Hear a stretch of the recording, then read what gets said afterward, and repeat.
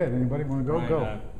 I guess we get the injury report over with first. And go on from Yeah, there. yeah. Back to the Georgia Tech injury report. Robert, I was pleased with what he did the other day in terms of just being in a little better rhythm,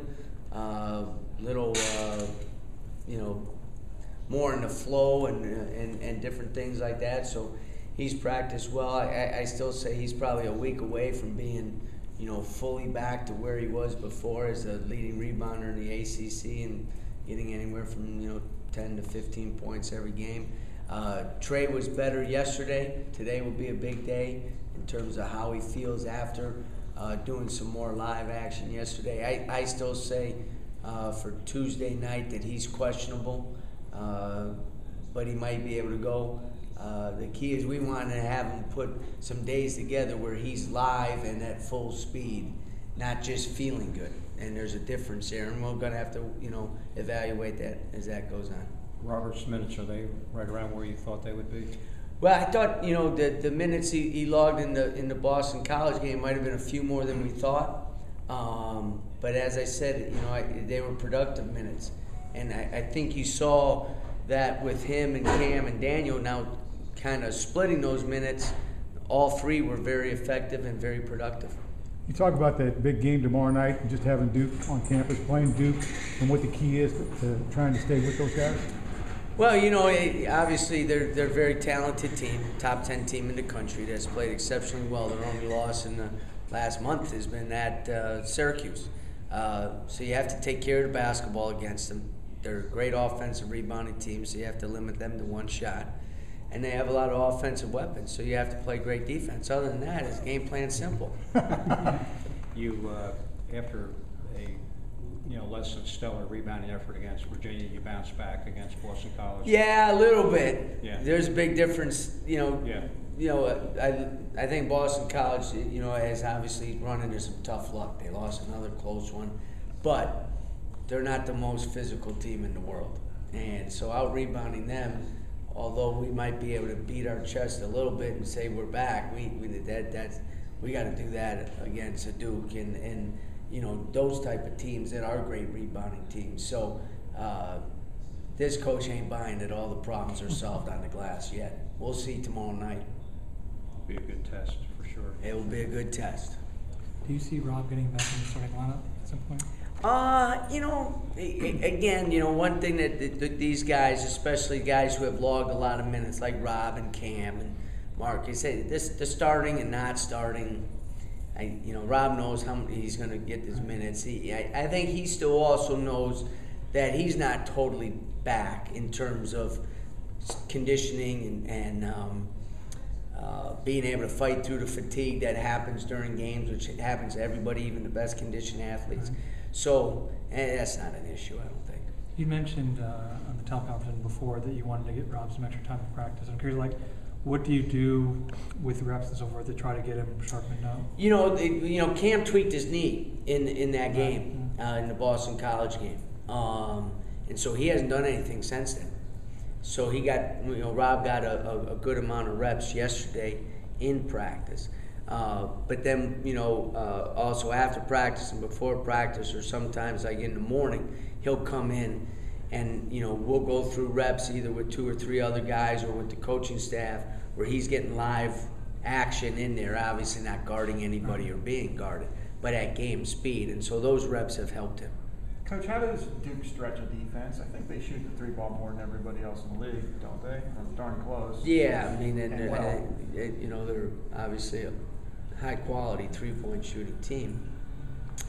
And get a couple different ways. One in transition. They're very good at finding the open man, kind of what we call the last man standing. It's amazing. You'll have guys back and they'll pop someone open, and that way. They're very good on offensive rebounds at kicking the ball out for open threes. And that's, a system point for them in terms of on offensive rebounds. If you can't put it right back out, they have shooters running behind the ball. And the third way is that they're an unbelievable penetration team. They're unbelievable on the bounce. They're so aggressive driving the ball that as you help off the ball, it creates kick-out opportunities for open threes. And then they have some special plays that they run for particular guys. And Dawkins is one, Hood is the other one. And those are the two best three-point shooters. Down the stretch against Boston College, you made good use of the defensive switch with the walk-on. Were you satisfied with what you saw there? Yeah, I thought we did a good job of that. Ronnie did a great job on the defensive end. You know, he's got great quickness. I can't take credit for that. That's God-given right there. And because of that, he's able to keep guys in front, and he plays hard. He plays every possession like he's never going to play again. If we can get everybody to do that, we'd be all set. Help stop the guys trying to get you off the dribble. Yeah, you know, because, again, you know, Boston College is such a hard team to play because everything that you've taught from the first day of practice, in the 3 days prior to playing them, you have to tell your guys to forget it and to learn something completely different because of their system is so different than anybody else you play. What worked for you guys so well in the first half against Duke last time? You guys were competitive with them for about the first and third of the game or so. Well, not third. Or the first third of one. 75% of the game, because with 8 minutes to go, it was an 8-point game. So I would, we played it pretty good. And at that point, we missed 4 free throws, or front end of a 1-on-1 and 2 free throws. With about 9 minutes to go, it would have been a 6-point game. We took care of the ball, which is something you have to do. We got the ball inside, and our big guys have to be really aggressive to score. And you know, at that point, even we were pretty good defensively as well. But the big thing is you got to take care of the basketball and you got to guard the basketball. If you can do those two things, you know, we've played, you know, in the 3 times we've played them, you take a 4, 5, 6 minute stretch out of each game, and we've played them pretty well. And so we need to just make sure we eliminate that 4 or 5 minute stretch. How different does Jabari Parker look from the first time you played him? Super, just, you know, more aggressive, more comfortable out there. You know, I think there was, you know, anytime he's a freshman. So there's times he's just not aware of scoring opportunities. And when he sees them now, he's super aggressive to make the most of them. But when they're not there, he's not forcing it as much. And I think that just, you know, comes with minutes played. He's logged a lot of minutes.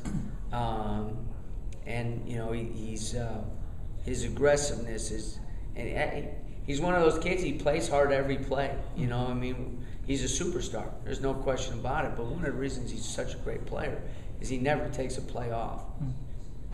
Imagine Marcus looking most of the turns on him, or that? Well, you know, because he plays the post. Okay. Yeah, he plays the 4 and the 5 for him. When they go small, he plays the 5. In their starting lineup, he plays the 4. So, you know, it'll be a lot of different guys on it. Jabari Parker almost sometimes like a shooting guard playing like a 4 or 5 position. Well, like a Carmelo type. Oh, not Carmelo Anthony. No. He's only shooting 28% from the 3, and I think and he's a good shooter. But where he hurts is the aggressiveness, driving the ball to the basket, in the post, offensive rebounds, and in the open court. If we could force him into a contested jump shot every possession from 18 feet to the 3-point line, this coach and everybody in the McCamish Pavilion would be happy. But the problem is he's too good. You can't do that. And so, I think he projects down, you know, at the next level as a 3-man. But how many threes did Carmelo hit yesterday in the NBA game? 200 or something. He hit like 7 threes, so that's pretty elite air that I'm trying to compare an 18-year-old to. Sold out crowd tomorrow night, so the place should be pretty electric for you. No, because there's going to be a storm, and there's going to be 3,000 people there. Because the way this year's going, that's usually what happens to it. Like a typhoon or something is coming through here. Something we've never seen. Something we've never seen before. There was an earthquake I'm looking last forward. Yeah, there was. Yeah. I'm looking forward to seeing the game myself. Yeah, I hear you. But with Forge, will he go out and kind of drag him out to the wing and? Yeah, I mean, he played, when I call him a 4, I mean, he still plays on the perimeter Right. 85% of the time. He's a monster in the post now too. And he's great on offensive glass. I think he's averaging over 4 offensive rebounds a game the last 5 games. He's got the body to do that. Yeah, I mean he's a physical force that plays with great force. I mean you got to have a strong. If you don't have a strong chest, you're in trouble. You're in trouble. Who's Jabari in the scout team? Robert Sampson. All right. Yeah, Okay. closest thing. Close enough. Closest thing to it. Yeah. He likes it because he gets to shoot a lot. I mean, obviously, it's a challenge